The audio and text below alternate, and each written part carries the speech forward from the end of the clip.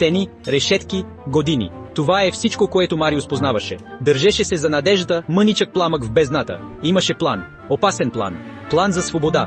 Нощта беше тъмна. Буреносни облаци скриваха луната. Перфектно. Пазач мина, нищо не подозиращ. Мариус броеше секундите. Сега. Плъзна се през сенките. Адреналинът нахлу в него. Всяка крачка беше победа. Всяко вдишване – доказателство за волята му. Беше навън.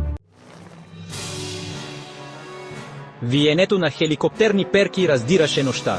Сали, жена с ненадминати нерви, държеше управлението. Очите изсканираха затворническия двор, търсейки Мариус. Тя умело маневрира хеликоптера, зависвайки ниско близо до външната стена. Мариус тичаше към машината, земята се тресеше от приближаващите сирени. Скочи. Сали го издърпа нагоре, лицето й изписано с тревога. Бяха във въздуха за секунди, оставяйки хаоса долу, бяха свободни. За сега. Виктор, експертът по взривове, наблюдаваше затворническите порти с мрачна усмивка.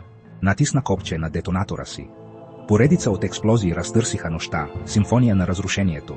Пазачите се разбягаха, вниманието им отклонено от бягащия хеликоптер. Дим се стелеше, скривайки небето.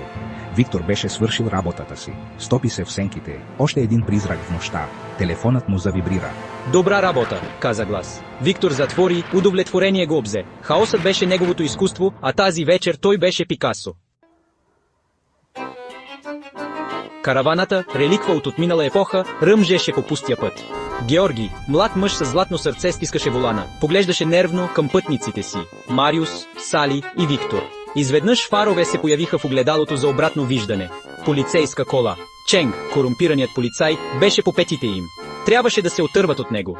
В този момент лъскаво червено Ферари профуча покрай тях. Двигателят му крещеше неподчинение. Вики, лицето изкрито зад тъмни слънчеви очила, им кимна много значително. Ферарито спря рязко пред полицейската кола, блокирайки ефективно пътя й.